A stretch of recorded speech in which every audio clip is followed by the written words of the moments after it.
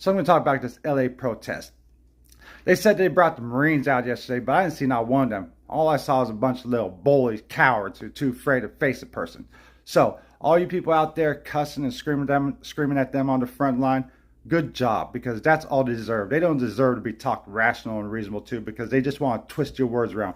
What they'll do if you try and talk rational and reasonable to them, because I'm living proof, they're going to start imitating you and impostoring you, and they're going to try and twist your words around and try and make you look like a bad guy. So they're going to use your names, they're going to take your names and impostor you, and then they're going to try and make you look like a bad guy and defame your character. And that's what they've did to me already, so that's why I don't care. This is why all they deserve is cussing. So if I start cussing at them, then it's okay, because that's all they deserve.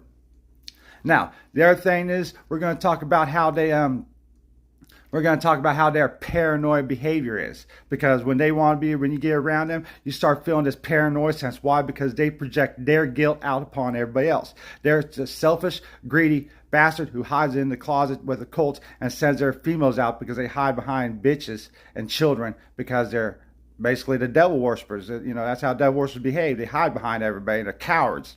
So they want to go hide behind everything, but they want to have a name out there in front of everybody like they're tough and everything. But that's why I stand there and face them. The last Marine I faced and encountered was nothing but a little bitch, because he wanted to sit there and get mad because I plugged in one cord into, whether it be a top outlet or a bomb outlet, they both was working. I plugged in the bomb outlet, and he was just looking for an excuse to fight. And you know what? When I stood up and said, "Hey, you want to fight, bitch?"